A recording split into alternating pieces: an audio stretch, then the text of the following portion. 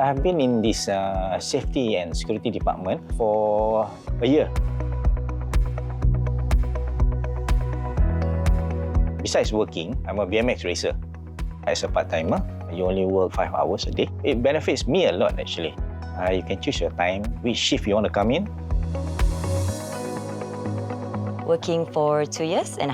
In some situations, we have to come as early as 4 or 5 a.m. in the morning. When we come early, we can actually go home earlier. I've been in IKEA for 7 years.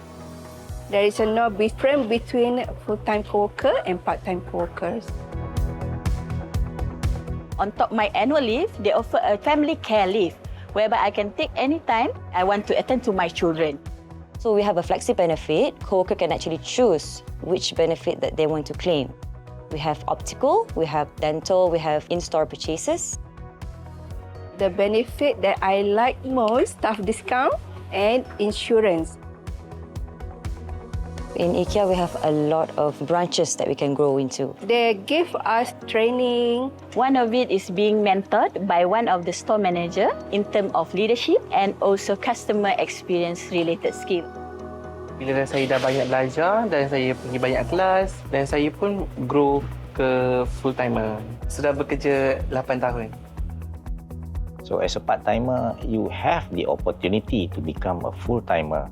As a part-timer, I feel that I'm already in the family. As a full-timer now, the family is still there. Definitely, I love the culture. Make me feel like I'm at home. There's one time I was given a task to renew a place less than 2 weeks from planning to implementation. So many tasks need to be done. And with the team, I feel very empowered and happy that we have all the chemistry to actually work together and get this job done.